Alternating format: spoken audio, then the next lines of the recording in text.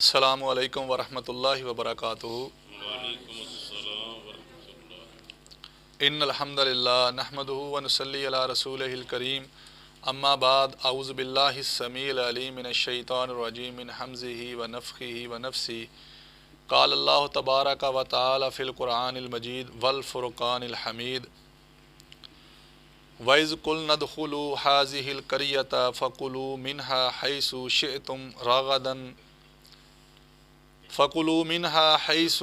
شِئْتُمْ رَغَدًا وَادْخُلُوا الْبَابَ سُجَّدًا وَقُولُوا حِطَّةٌ نَغْفِرْ لَكُمْ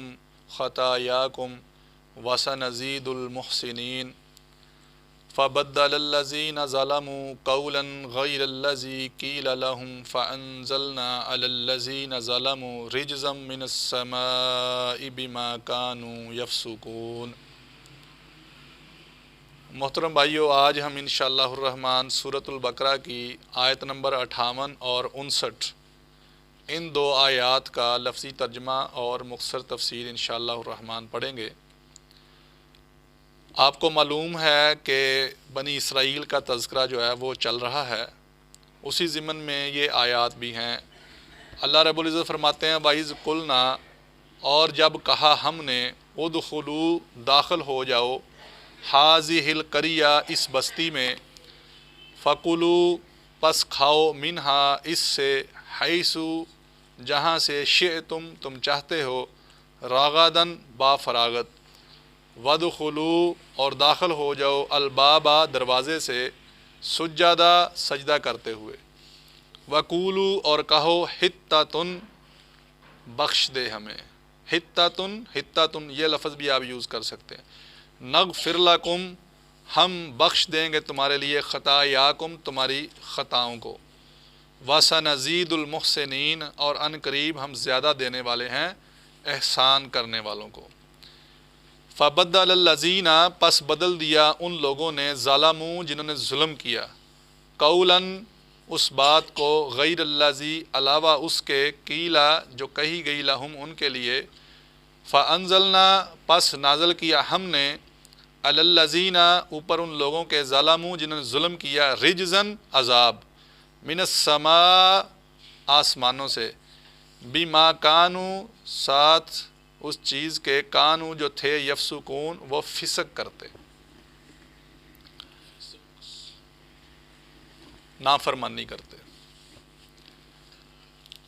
اب بنی اسرائیل کی ساری خصلتیں اللہ بیان کر رہا ہے،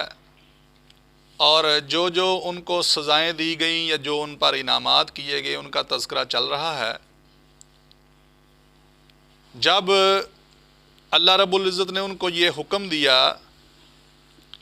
وَإِذْ قُلْنَا، اور جب کہا ہم نے، یعنی اللہ رب العزت نے کہا، ادخلوا، داخل ہو جاؤ، هَٰذِهِ الْقَرْیَةَ، اس بستی کے اندر، یعنی اس شہر کے اندر۔ اب یہ کون سا شہر ہے، اس کے متعلق مختلف جو ہے وہ تفاسیر میں روایات ملتی ہیں۔ کچھ لوگ اس شہر کو اریحہ شہر کہتے ہیں، لیکن زیادہ تر کا جو مفسرین کا جو خیال ہے وہ بیت المقدس کی طرف اشارہ ہے، کہ بیت المقدس ہی وہ شہر تھا جس کے متعلق ان کو کہا گیا کہ اس کے اندر آپ داخل ہو جاؤ، سارے بنی اسرائیلیوں کو کہا گیا۔ اب یہاں پر یہ بھی اشکال پیدا ہوتا ہے کہ بیت المقدس جو ہے موسیٰ علیہ السلام کے دور میں تو فتح ہی نہیں ہوا۔ جب تاریخ ہم پڑھتے ہیں تو موسیٰ علیہ السلام کے دور میں یہ فتح نہیں ہوا۔ تو پھر چند ایک مفسرین نے، امام رازی نے اس کا جو ہے وہ حل یہ نکالا، انہوں نے بتایا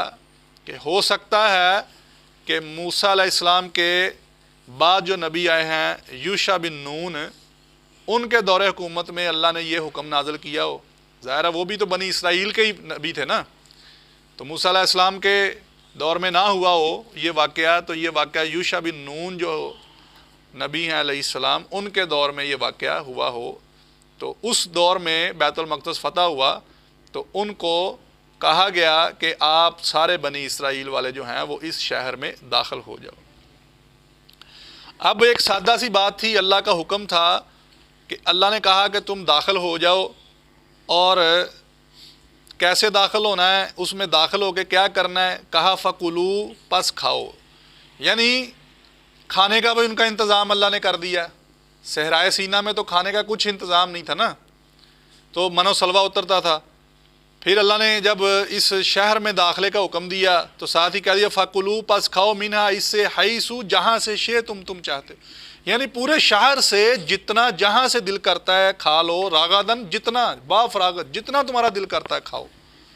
ودخلو اور داخل ہو الباب دروازے سے، یعنی شہر کے دروازے سے جب تم داخل ہو نا تو کیا کام کیا کرنا ہے تم نے، اللہ نے یہ کہا سجدہ سجدہ کرتے ہوئے داخل ہو، وقولو اور کہو حتۃ، کیا کہنا ہے، حتۃ، ان سے کہا گیا، حتۃ کا معنی ہے بخش دے ہمیں، معاف کر دے، نغفر لکم ہم معاف کر دیں گے تمہارے لیے، خطایاکم تمہاری خطاؤں کو۔ لیکن ان ظالموں نے کیا کیا، انہوں نے اس کو حتۃ کو جو ہے اس کو بگاڑ دیا، انہوں نے اللہ کے حکم کا مذاق اڑایا اور انہوں نے کہا حبۃ فی شعرہ، یعنی دانا بالی کے اندر، حبۃ کا لفظ انہوں نے استعمال کیا، حالانکہ بڑا واضح لفظ تھا، اللہ نے کہا تھا حتۃ، تو انہوں نے حبۃ، حبہ کہتے دانے کو، ٹھیک ہے، تو انہوں نے حبۃ فی شعرہ لفظ استعمال کیا، تو اللہ کی صریح نافرمانی کی، اور اللہ نے حکم دیا تھا کہ سجدہ کرتے ہوئے داخل ہونا ہے، تو انہوں نے کیا کیا، انہوں نے سرینوں کے بل، چوتڑوں کے بل گھسیٹتے ہوئے داخل ہوئے، نعوذ باللہ من ذالک، اللہ کا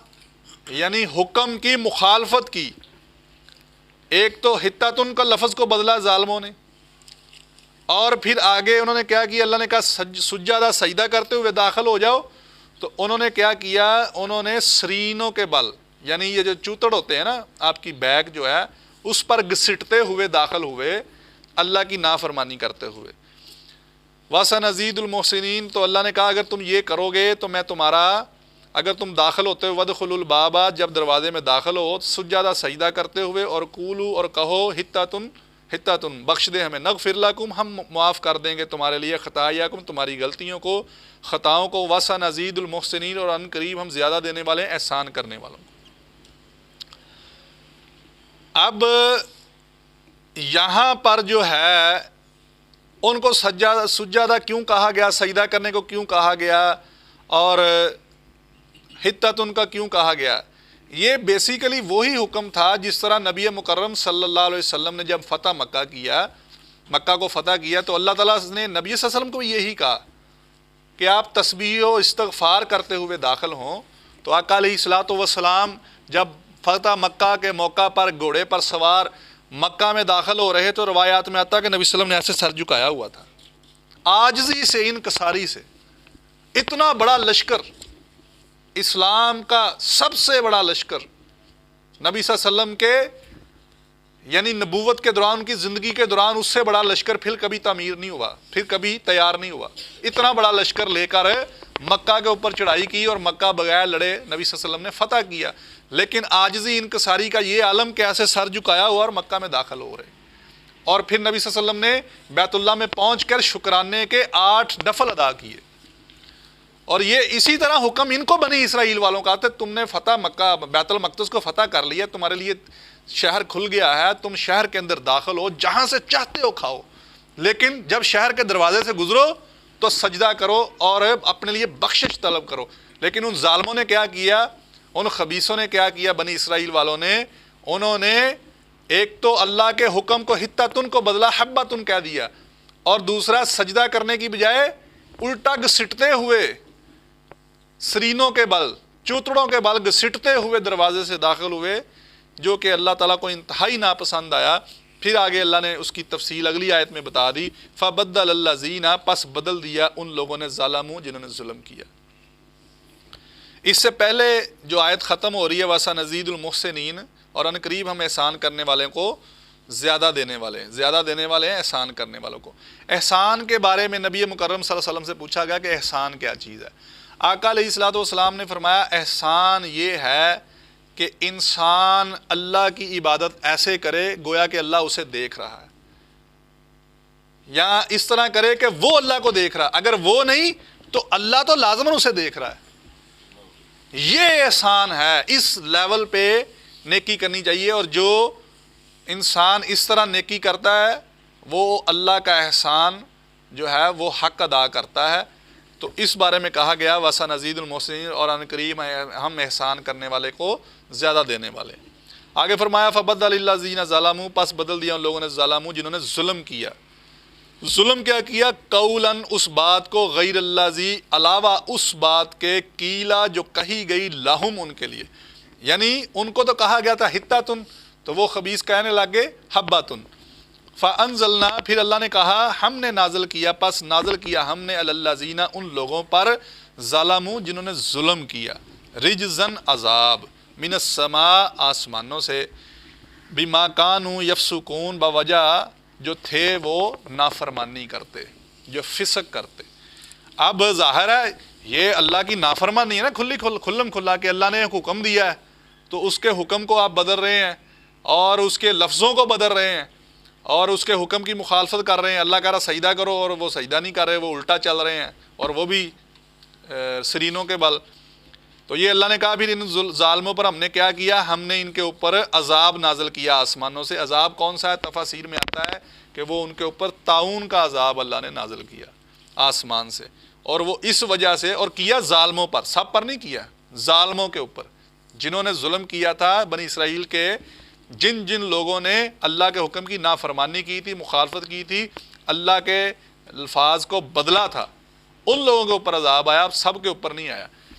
تو ساتھ ہی اللہ نے فرمایا بما کانوا یفسقون، بوجہ سبب جو تھے وہ نافرمانی کے، یعنی جو انہوں نے نافرمانی کی اس کی وجہ سے، ورنہ اللہ تعالیٰ شاید ان کو عذاب نہ دیتا. تو یہ میرے بھائیوں وہ واقعہ تھا جب شہر بیت المقدس فتح ہوا اور بنی اسرائیل کو حکم دیا گیا وہاں پر داخلے کا، کھانے پینے کا ان کو کھلا اجازت دی گئی، لیکن صرف اللہ رب العزت یہ کہا کہ جب دروازے سے داخل ہو تو سجدہ کرو اور حتہ تم کہو. لیکن انہوں نے اس بات کو بدل دیا تو پھر وہ اللہ کے عذاب طاعون میں گرفتار ہو گئے، تو اللہ تعالیٰ نے ان کو یہ پھر سزا دی. اللہ رب العزت سے دعا ہے اللہ تعالیٰ ہمیں اپنے قرآن کو پڑھ کر سمجھنے کی اور اس پر عمل کرنے کی توفیق عطا فرمائے، اور اس قرآن کو ہمارے لیے باعث نجات بنا دے. سبحان ربک رب العزت عما یصفون وسلام علی المرسلین والحمد للہ رب العالمین.